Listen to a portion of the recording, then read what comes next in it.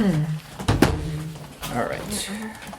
Well, hello, students. Let's start the class. You'll remember, welcome back to the class. It's History of 2021 in Canada seminar. Last time we had to disrupt the class because of the air pollution alarm, and now the air quality is a bit better, so we can breathe enough to stay in the class. So hopefully the alarm won't go off again. All right, let's pick up where we left off last week. I see that we have the same group, a few students in the class and one online. Je vous rappelle que c'est une classe bilingue. So we're going to conclude our case study of the second season of the Conscient podcast, which you remember was produced by an Ottawa-based sound artist, Claude Schryer. And at the end of last class,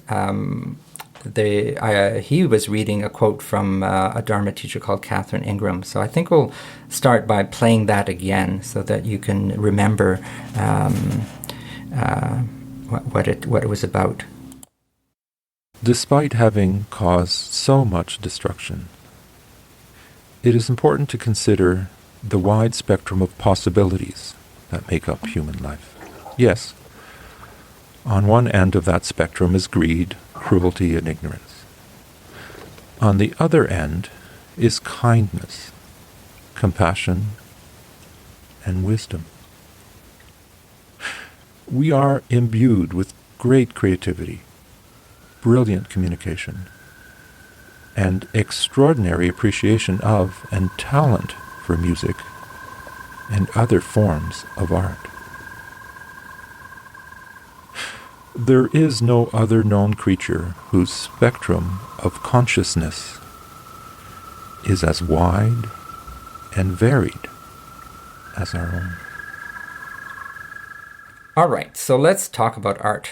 One of the key moments in 2020 was when society started to understand that climate change was a cultural issue and that the role of art was not so much to provide solutions, even though they are extremely important, but to ask hard questions and get people to overcome barriers to action. Now, here's an excerpt that I really like a lot from British ecological artist David Haley. It's from episode 43. Climate change is actually a cultural issue, not a scientific issue. Science has been extremely good at identifying the symptoms and looking at the way in which it has manifested itself. But it hasn't really addressed any of the issues in terms of the causes. It has tried to use what you might call techno-fix solution, focused, problem-based approaches to the situation, rather than actually asking deep questions and listening. Yeah, 2020 is sure a weird, strange time. I hear that some people said it was the most exciting time to be alive. I think it would have been terrifying to live back then. Well, you're right that they were tough times, but it was also a time of possibilities. And some people saw how the arts could step up to the plate and play a larger role. And one of these was Stephen Huddart, who was the CEO of a foundation called J.W. McConnell Family Foundation based in Montreal. And let's listen to him in episode 58, where he talks about the crisis and also the role of the arts.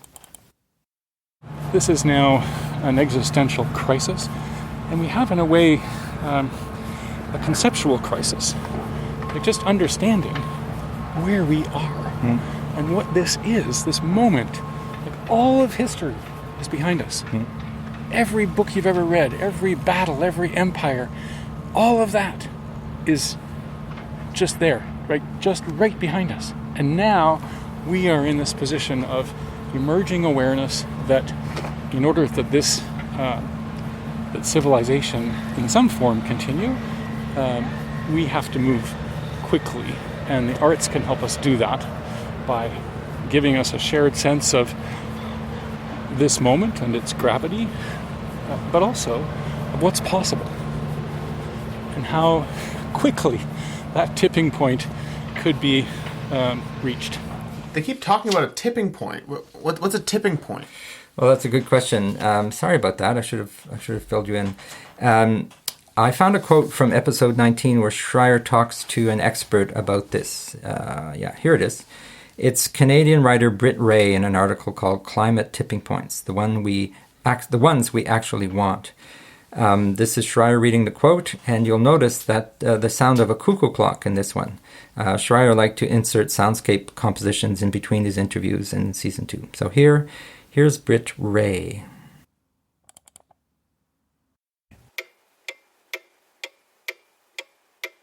When a small change in a complex system produces an enormous shift, that new pathway gets reinforced by positive feedback loops, which lock in all that change.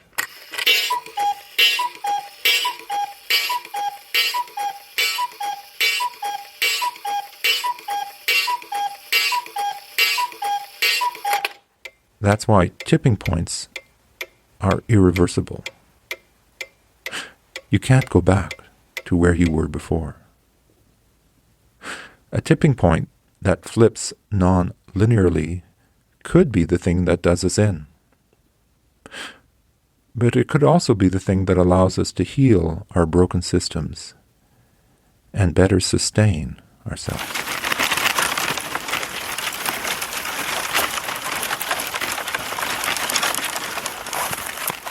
So they knew back in the 2020s that they were on the verge of irreversible collapse due to climate change, and yet they did nothing to heal their broken systems. Well, it's not that they did nothing, but rather that they did not do enough quickly enough.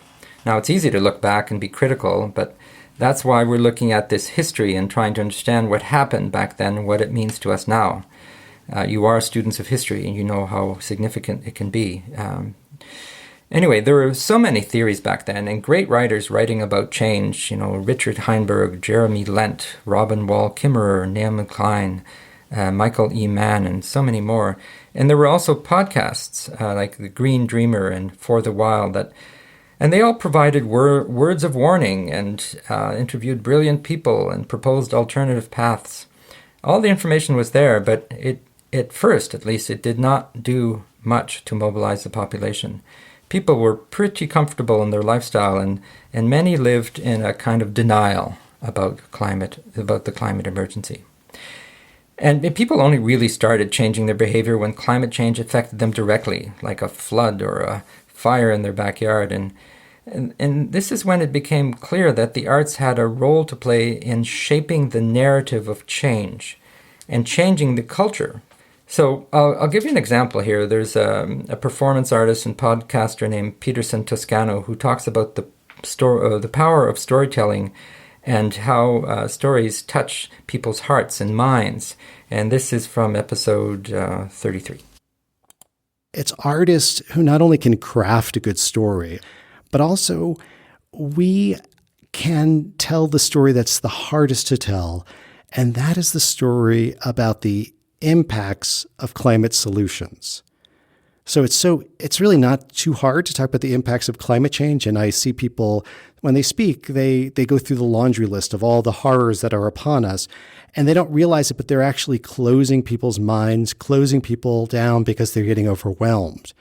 And not that we shouldn't talk about the impacts, but it's so helpful to talk about a single impact, maybe how it affects people locally, but then talk about how the world will be different when we enact these changes. And how do you tell a story that gets to that? Because that gets people engaged and excited, because you're then telling the story about what we're fighting for, not what we're fighting against. And that is where the energy is in a story.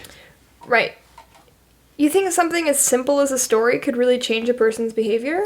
Well, yes, it could, because humans are much more likely to understand an issue through a narrative, an image, or an allegory than through raw scientific data. In fact, you need all of it. You need the scientists, you need the artists, and you need people from other sectors to affect change. People have to work together. Now, as I was listening to episode 19, this next quote struck me as a really good way to talk about the power of words in affecting change. So it's by Indigenous writer Richard Wagamese, and it's from episode 19. To use the act of breathing to shape air into sounds that take on the context of language, that lifts and transports those that hear it, takes them beyond what they think and know and feel, and empowers them to think and feel and know even more. We're storytellers, really. That's what we do. That is our power as human beings. Okay, how's everyone doing? Okay? Yeah? All right. Don't need a break. So let's take a look at arts policy in 2021.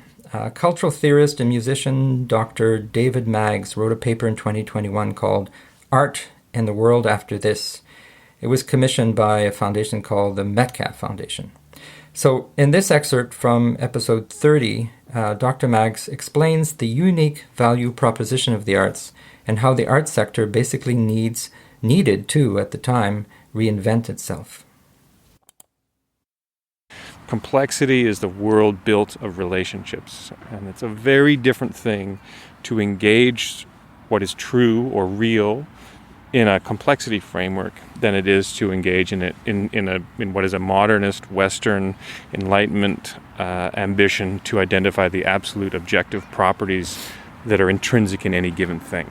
Everyone is grappling with the fact that the world is exhibiting itself so much in these entanglements of relationships. The arts are completely at home in that world. And so we've been sort of under the thumb of the old world. We've always been a kind of second-class citizen in an Enlightenment rationalist society. But once we move out of that world and we move into a complexity framework, suddenly the arts are entirely at home, and we have capacity in that world that a lot of other sectors don't have. And so what I've been trying to do with this report is really articulate the way in which these different disruptions are putting us in a very different reality. And it's a reality in which we go from being a kind of secondary entertaining class to maybe having a capacity to sit at the heart of a lot of really critical problem-solving challenges. We studied this report in an art history class. It's a good piece of writing. It had like 3 modes of engagement. Greening the sector, raising the profile, and... I think it was reauthoring the world. Yeah. Okay. Yeah. Well, it's interesting to note how the arts community were thinking about how to create ecological works as well as theoretical frameworks like what Dr. Maggs proposed. And so let's take a look now at how that happens. I'll give you a couple of examples. First, an environmental theater company in Vancouver called The Only Animal. Let's listen to artistic director Kendra Fanconi from episode 36. I know Ben Twist at Creative Carbon Scotland talks about the transformation from a culture of consumerism to a culture of stewardship, and we are the culture makers. So isn't that our job right now, to make a new culture? And it will take all of us as artists together to do that. It's not enough to do carbon neutral work. We want to do carbon positive work. We want our artwork to be involved with ecological restoration. What does that mean? And so I've been thinking a lot about that. What is theater practice that actually gives back, that makes something more sustainable, that is carbon positive? And I guess that's just a conversation that I'm hoping to have in the future with other theater makers who have that vision. Well, this actually happened. The arts community did develop carbon positive artworks. Now, to be realistic, the amount of carbon removed from the atmosphere was probably minimal, but the impact on audiences and on the public was large. At the time, and still today, it gets people motivated and it opens the door to change. For example, people creating their own carbon positive projects. Amazing. I just found a video of their work on YouTube. Well, please share that link. It's always good to see what the actual artworks look like. The other example I want to give you is from Montreal with a group called Eco Seno, which was a circular economy project that recycled theater sets. And at the time, they were one of the first doing this. Now everyone does this. This one's in French, so let me explain briefly what Anne-Catherine Lebeau, the executive director of that organization, is saying. She's essentially suggesting that the arts community should look at everything it has as a common good. And she praises the work of the Ellen MacArthur Foundation in England for their work on circular economies. And she underlines the need to create art that is regenerative. Let's listen to Anne-Catherine Lebeau in episode 37. Pour moi, c'est sûr que ça passe par des plus de collaboration. Puis c'est ça qui est intéressant aussi. Vraiment passer du modèle comme take, make, waste à care, dare, share. Puis pour moi, là-dedans, là, ça dit tellement de choses. Je pense qu'au niveau qu'on doit considérer tout ce qu'on a dans le domaine artistique comme un bien commun dont on doit collectivement prendre soin. Souvent, au début, on parlait en termes de faire le moins de tort possible à l'environnement, ne pas nuire. C'est souvent comme ça qu'on présente le développement durable. Puis en faisant des recherches, beaucoup en m'inspirant, entre autres, de ce qui se fait à la Fondation Ellen MacArthur en Angleterre, en économie circulaire, je me suis rendu compte qu'eux parlent beaucoup plus en termes de comment faire en sorte de nourrir une nouvelle réalité, comment avoir créé de l'art qui soit régénératif, qui nourrisse quelque chose. Wait. Sorry, are you telling me regenerative arts weren't a thing back then? Actually, regenerative art has been around for a while, since the 60s actually, through movements like the ecological art or eco art movement. And you heard earlier from David Haley who talked about that. And we'll actually listen to another excerpt of David Haley now, who talks a bit more about his own eco art practice from episode 43. What I have learned to do, and this is my practice, is actually to focus on making space. And this became clear to me when I read Leela, An Inquiry into Morals by Robert Pirsig. Towards the end of the book, he suggests that the most moral act of all is to create the space for life to move onwards. And it was one of those sentences that just rang true with me, and I've held on to that ever since and pursued the making of space, not the filling of it. So when I say I work with ecology, I try to work with whole systems, ecosystems. So the things within an ecosystem are the elements with which I try to work. I try not to introduce anything other than what is already there. In other words, making the space as habitat for new ways of thinking, habitat for biodiversity to enrich itself, habitat for other ways of approaching things. I mean, there's an old scientific adage about nature abhors a vacuum. And that vacuum is the space as I see it. So eco art was an important movement, but it didn't become mainstream until the 2020s, when natural resources on Earth were drying up and people started looking at art forms that were about ecological balance and a harmonious relationship with nature. Now, fortunately, many artists had tested these models over the years, so they weren't starting from scratch. There was a great body of work and knowledge that could be drawn upon. And by the way, there's a really good book that came out on eco art in 2022 called Eco Art in Action: Activities, Case Studies, and Provocations for Classrooms and Communities. And I'll put it on the reading list for you so you can get it in the library. All of this to say that in retrospect, we see that 2021 was the beginning of the end of capitalism that Dr. Dufresne predicted.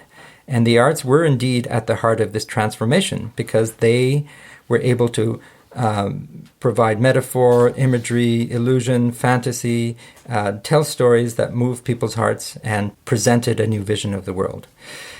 I think you're starting to see how the arts were unfolding in 2021. But what was missing was coordination and some kind of funding structure to move forward in an accelerated way.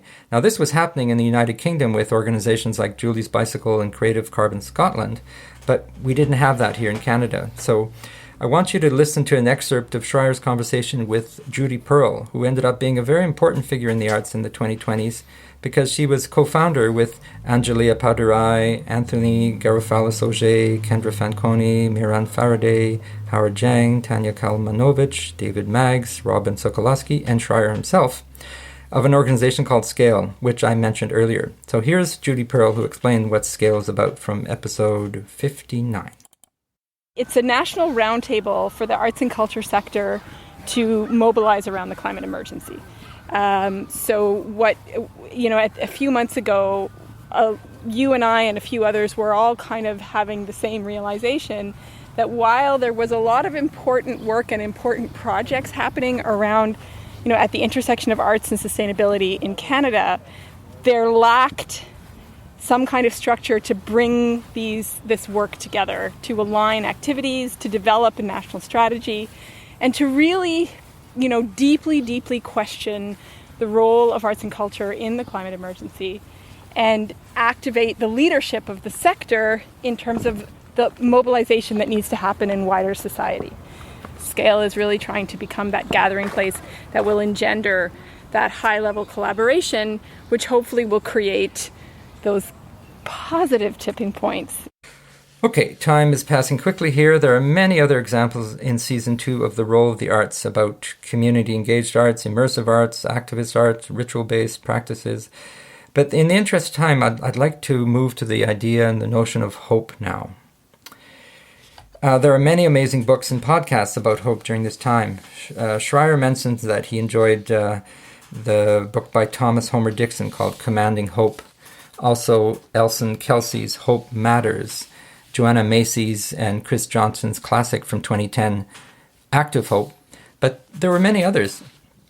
And the thing about hope back then is that it was aspirational. And indeed, there are many different forms of hope. So let's listen to Schryer reading a quote from Dr. Dufresne in episode 19 about his view of hope. We're all being radicalized by reality. It's just that for some people, it takes a personal experience of fire, landslide, or hurricane to get their attention. I'm afraid it takes mass death and extinction. Whoever survives these experiences will have a renewed appreciation for nature, for the external world, and for the necessity of collectivism in the face of mass extinction.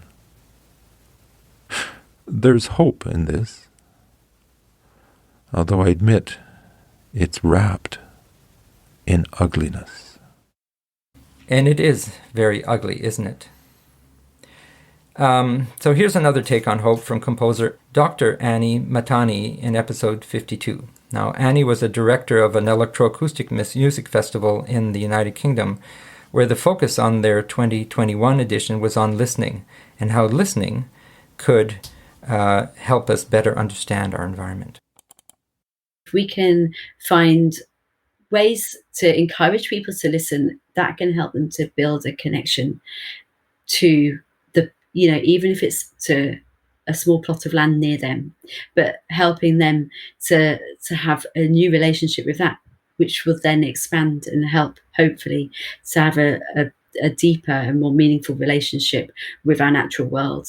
And small steps like that, even if it's only a couple of people at a time, that could spread. And I think that, no one person is going to be able to change the world, but that doesn't mean we should give up. I love the focus on listening. If I'm not wrong, Schryer was a specialist in acoustic ecology. Yes, and on a similar wavelength, here's an excerpt from soundscape composer Hildegard Westerkamp from episode 22. To allow for time to pass without any action and without any solution, and to just experience. And I think that slowdown is an absolute, if there is any chance to survive, I think that kind of slowing down through listening and meditation and through not doing so much, I think there's some hope in that. Now, thankfully, we did survive, and we did develop the capacity to listen and slow down, as Westerkamp suggests. She was quite prescient this way. But the notion of hope was elusive, because science kept telling us that we were headed for catastrophe, and there was good reason for that, and this created tremendous tension. How did they manage that? Well, they just kept going, in spite of the uncertainty and the grim prospect. And as I mentioned earlier, no one knew if it was possible to stop the destruction of the planet, but they kept going on, and they used art not only to change systems, but also to keep up morale. And here's a good example from episode 54 with theater artist Ian Garrett. I don't want to confuse the end of an ecologically unsustainable, untenable way of civilization working in this moment with a complete guarantee of extinction. There is a future. It may look very different. And sometimes I think the inability to see exactly what that future is or plan for it can be confused for there not being one.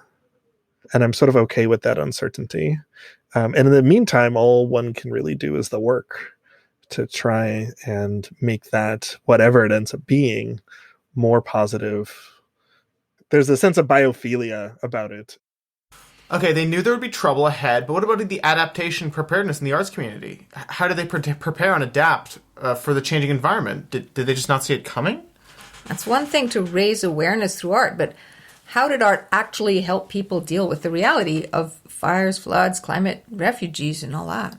Well, remember that art had the ability to touch people's emotions and motivate them to change their attitudes and lifestyles. But it was also a way to teach people how to adapt while continuing to live and to enjoy the things around them. So here's an excerpt from episode 41. It's artist, researcher, and educator Jen Ray. Now, Ray and her colleagues in Australia did a lot of work in the 2020s to develop tools and resources that call upon art to reduce harm during emergencies, the notion of preparedness. Here's Jen Ray. The thing about a preparedness mindset is that you are thinking into the future. And so if one of those scenarios happens, you've already mentally prepared in some sort of way for it. So you're not dealing with the shock. That's a place as an artist that I feel has a lot of potential, right, for engagement and for communication and bringing audiences along. When you're talking about realities, accepting that reality, right, I think has the potential to push us to do other things. It's great to hear about Canada Council, changing different ways around enabling the arts and building capacity in the arts in terms of the context of the climate emergency. It'll be interesting to see how artists step up. I see online student, you have a question. Please go ahead. In the end, did the artists step up? Well, yes, they did. For example, in 2021, there were the Green Sessions organized by Soul Pepper Theatre Company and the Artists for Real Climate Action, ARCA, a really great collective of artists who did all kinds of media projects and activist art. And that set the tone for years to come. And some of the most impactful artworks were the ones that directly addressed the culture of exploitation and the disconnection from nature that caused the ecological crisis in the first place. So it was not just a question of providing observations, but also critique and insights on the root of the issues that humanity and the planet was facing at the time. There was also a body of indigenous artists, writers, curators, and educators that were extremely important and transformative. And Schryer points out in some of his writing that he was influenced by a text called Towards Braiding, which was a collaborative process developed by Elwood Jimmy and Vanessa Andriotti, developed in collaboration with Sharon Stein. So when this came out in 2020, it opened the doors to new ways of working with Indigenous communities in cultural institutions and in all kinds of settings, and it was really very impactful. Now, I found an episode from Conscient Podcast, episode 67, from his third season, called Wanna Be an Ally. And what we'll hear here is Schryer talking about the book, and then he reads the poem from called Wanna Be an Ally from Towards Braiding. And I think it's worth listening to the whole thing. It's really important to understand these perspectives. Conscient Podcast, episode 67. Wanna Be an Ally.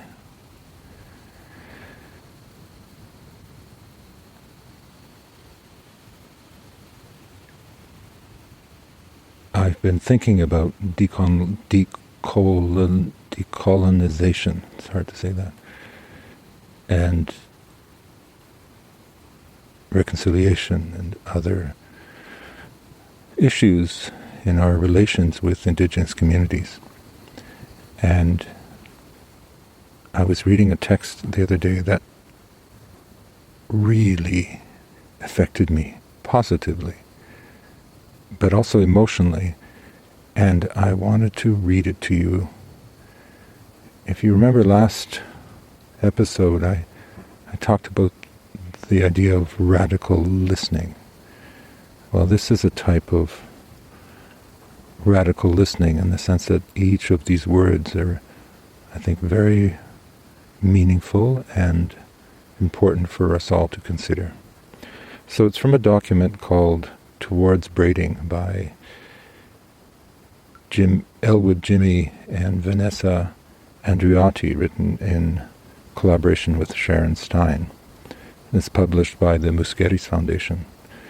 I'd like to start by thanking them all for this very important document that essentially talks about how to, or proposes, how to engage Indigenous and non-Indigenous relations in an institutional setting, and principles and methods to consider. And it's very well written, and I recommend it strongly. Something to read, something to do. But for now, I'll just read this poem that is at page 39 of the document, and leave it at that for today, because it's already a lot to consider, and as we listen more radically, that means just sitting back and listening with our full attention and openness of mind. So here it is. Want to be an ally? Don't do it for charity, for feeling good, for looking good, or for showing others that you are doing good. Don't do it in exchange for redemption from guilt, for increasing your virtue, for appeasing your shame, for vanity award. Don't put it on your CV or on Facebook or on your in your thesis. Don't make it part of your brand. Don't use it for self-promotion. Don't do it as an excuse to keep your privileges, to justify your position, to do everything except what would be actually needed to change the terms of our relationship. Do it only if you feel that our pasts, presents, and futures are intertwined and our bodies and spirits entangled. Do it only if you sense that we are one metabolism that is sick, and what happens to me also happens to you. Do it recognizing that you have the luxury of choice to participate or not, to stand or not, to give up your weekend or not, whereas others don't get to decide. Don't try to mold me or to help me or to make me say and do what is convenient for you. Don't weaponize me. I couldn't possibly be racist. Don't instrumentalize me. My marginalized friends say, don't speak for me. I know what you really mean. Don't infantilize me. I'm doing this for you. Don't make your actions contingent on me confiding in you, telling you my traumas, recounting my traditions, practicing your idea of right politics, or performing the role of a victim to be saved by you, or a revolutionary that can save you. And expect it to be, at times, incoherent, messy, uncomfortable, difficult, deceptive, paradoxical, repetitive, frustrating, incomprehensible. infuriating, boring, and painful, and prepare for your heart to break and to be stretched. Do you still want to do it? Then share the burdens placed on my back, the unique medicines you bring, and the benefits you have earned from this violent and lethal disease. Co-create the space where I am able to do the work that only I can and need to do for all of us. Take a step back from the center, the front line from visibility. Relinquish the authority of your interpretations, your choice, your entitlements. Surrender that which you are most praised and rewarded for. Don't try to teach, to lead, to organize, to mentor, to control, to theorize, or to determine where we should go, how to get there, and why. Offer your energy to peel potatoes, to wash the dishes, to scrub the toilets, to drive the truck, to care for the babies, to separate the trash, to do the laundry, to feed the elders, to clean the mess, to buy the food, to fill the tank, to write the grant proposal, to pay the tab and the bail. To do and support you can't and won't understand. And do what is needed instead of what you want to do, without judgment or sense of martyrdom or expectation for gratitude or for any kind of recognition. Then you will be ready to sit with me through the storm, with the anger, the pain, the frustration, the losses, the fears, and the longing for better times with each other.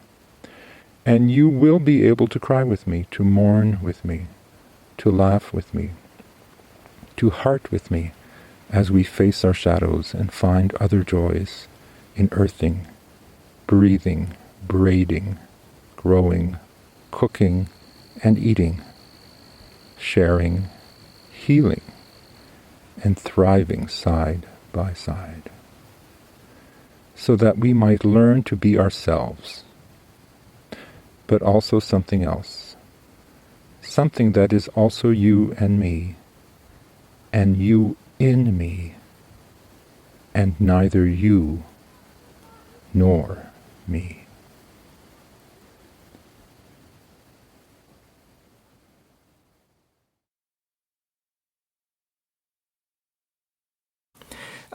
We need to wrap up this class soon, but I think you've noticed that Schryer was deeply influenced by indigenous writers and knowledge keepers of his time. He actually published a blog in September of 2021 that quotes an Australian academic and researcher, Dr. Tyson Yunkaporta. Now, this is from another podcast called Green Dreamer, episode 321. I'd like to read a short excerpt now, but I encourage you to listen to the whole interview if you get a chance. The most damaged people on the planet are going to have to set aside their IOUs, set aside any kind of justice or hope for justice or karma or anything else, and carry the load for another 1,000 years to keep everything alive. And it's going to be hard to just forgive and then hand over all of this wealth of knowledge and relationship and everything else to people who are still holding the capital from the last great heist, who are not going to give it up or share it in any way. The only way that's going to save the entire planet is to bring everybody back under the law of the land and be very generous with our social systems. Open them up and bring everybody back in. And that's going to be really hard, because at the same time, people are going to be trying to extract from that, corrupt that, and everything else. That's interesting. It kind of brings us back to the notion of reality and grief. But Yunkaporta doesn't even mention art in that quote. So how do we connect the dots with the arts here? Well, it's a good point. The presence of arts and culture is implied throughout the notion of transfer of knowledge and through relationships with humans in the natural world. So I think art is there. He just didn't use the word. And, most indigenous cultures at the time did not consider art as a separate activity from day-to-day life. It was interesting. It's interesting to observe that Yunka Porta's prophecy is essentially what's happening in our world today, isn't it? We're slowly returning to natural laws of the land, at least in the habitable parts of the planet. And our social systems are being transformed by the knowledge and expertise of indigenous peoples, right? It's true that we had to go through a tremendous amount of suffering to get there, and we still are. But we seem to be on the other side of that elusive just transition that Anjali Appadurai spoke about in episode 23. So that's why I think 2021 in the arts in Canada is such an interesting topic, and that's why we spent 2 classes on it as part of this course on Canada in the year 2021. The arts essentially planted seeds for massive transformation that came later, and artists and cultural workers at the time guided the way for that transformation. Now, unfortunately, we're almost out of time for today's class, and my voice is starting to get tired. So let's wrap it up with another quote from that same blog by Schryer. Now, I've just put it in the chat. You have it there in front of you? Yeah? So I suggest we read it out as a group, okay? I'll start, and then I'll point to the next person to read it out loud. So I'll begin. Now that season 2 is complete, I've been thinking about how I can be most useful to the ecological crisis.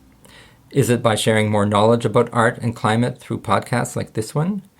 Is it by engaging in more activist and protest art? Or is it by developing more green policies for the arts sector? Now, all of these will likely help, but I think the most useful thing for me to do is to listen radically. Let me explain what I mean by listening radically. Listening radically is about listening deeply without passing judgment. Listening radically is about knowing the truth and filtering out the noise. Listening radically is about opening attention to reality and responding to what needs to be done. I conclude this blog with a quote that I used at the end of episode 1 of this podcast by Indigenous writer Richard Wagamese from his novel For Joshua. We may not relight the fires that used to burn in our villages, but we carry the embers from those fires in our hearts and learn to light new fires in a new world.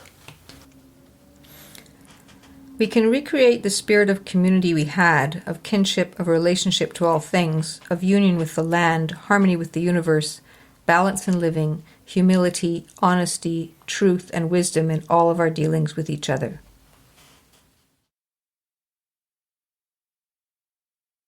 Okay, we'll continue with more about Canada in 2021 next week. Thanks so much for being such an engaged and fun group today. Merci, Miigwech. Wait, we're supposed to thanks, Prof. I learned a lot, but I am really exhausted. Okay, bye. Yeah. Yeah, thank you, Prof. Yeah, that's good. Okay, Thanks. thank you. Do you want to Bye. get coffee? Yeah, sure.